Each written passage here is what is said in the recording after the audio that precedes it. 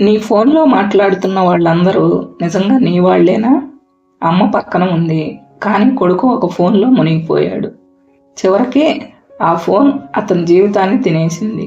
నేటి డిజిటల్ యుగంలో మనం ఒకటి అనుకుంటున్నాం, మనుషుల మధ్య దూరం తగ్గిపోయిందని.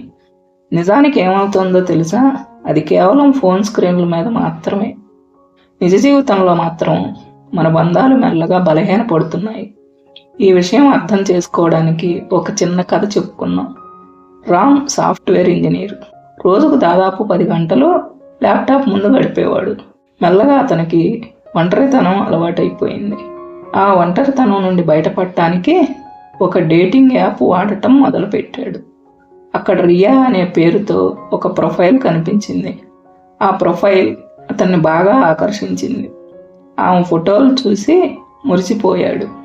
ఆమె మాట్లాడే తీపి మాటలు అతనికి ఒక కొత్త ప్రపంచంలాగా అనిపించాయి. ఇదంతా జరుగుతుంటే రామ్ వాళ్ళ అమ్మ పక్కనే ఉంది. పల్లెటూరు నుంచి వచ్చి కొడుకుతో కలిసి ఉంటుంది.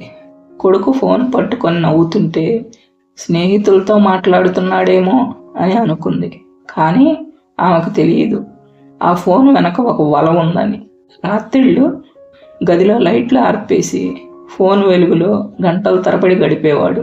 ఆమెకి కొంచెం వింతగా అనిపించిన పెద్దవాడయ్యాడు కదా అని వదిలేసింది.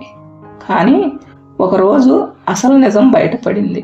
ఆ రియా నిజానికి ఒక ముఠాలో సభ్యురాలు. ఆమె మెల్లగా ఎమోషనల్ బ్లాక్మెయిల్ చేయడం మొదలుపెట్టింది. నాకు అర్జెంటుగా డబ్బు కావాలి, లేదంటే మా నాన్న నన్ను చంపేస్తాడు అని చెప్పి ఏడ్చింది. రామ్ ఆవేశంలో ప్రేమ అనుకొని తన దగ్గర ఉన్న మొత్తం డబ్బు పంపేశాడు.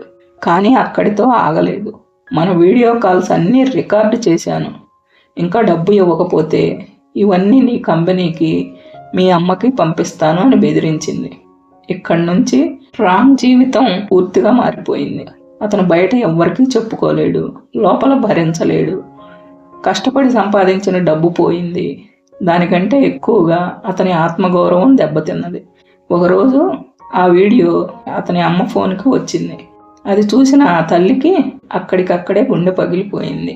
రామ్ ఆసుపత్రిలో ఉన్నప్పుడు ఆమె ఒక్క మాట మాత్రమే అంది. ఒకవేళ నువ్వు ఫోన్ పక్కన పెట్టి నాతో 10 నిమిషాలు మాట్లాడి ఉంటే ఈరోజు ఇంత దూరం వచ్చేది కాదు కదా నాన్న అంది. ఇది కేవలం ఒక కథ కాదు, మన చుట్టూ జరుగుతున్న నిజం.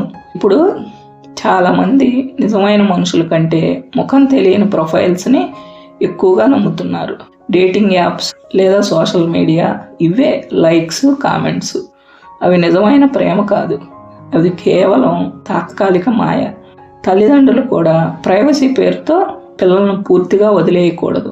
వాళ్ళు ఎవరితో మాట్లాడుతున్నారు, ఏం చూస్తున్నారు, అది తెలుసుకోవడం చాలా ముఖ్యం. ఇలాంటి పరిస్థితి నుంచి బయటపడాలంటే రోజులో కొంతసేపు అయినా ఫోన్ పక్కన పెట్టి మన ఇంట్లో వాళ్ళతో మాట్లాడాలి.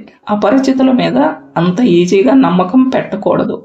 ఏదైనా సమస్య వస్తే మనలో మనం ఉంచుకోకుండా ఎవరైనా నమ్మకమైన వాళ్ళకి చెప్పాలి.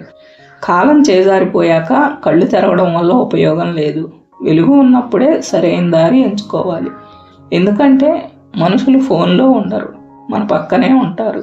మా పిల్లలు చాలా బుద్ధిమంతులు అనేది తల్లిదండ్రులకు ఒక గొప్ప మాట కాదు, అది చాలాసార్లు ఒక ప్రమాదకరమైన భ్రమ. ఎందుకంటే బుద్ధిమంతులు కూడా మోసపోతారు. వాళ్ళు ఎంత తెలివైన వారు కాదు. ఒకవేళ వాళ్ళు పడిపోతే మీరు పక్కన ఉంటారా లేదా? పిల్లల్ని కేవలం పెంచకండి, వాళ్ళతో పాటు నడవండి. లేకపోతే వాళ్ళు ఎక్కడికి వెళ్తున్నారో మీకు కూడా తెలియదు. ఈ కథ మీద మీ అభిప్రాయాన్ని కామెంట్లలో చెప్పండి. ఈ కథ మీకు నచ్చితే సబ్స్క్రైబ్ చేసి ఛానల్ని సపోర్ట్ చేయండి మరిన్ని మంచి కథల కోసం.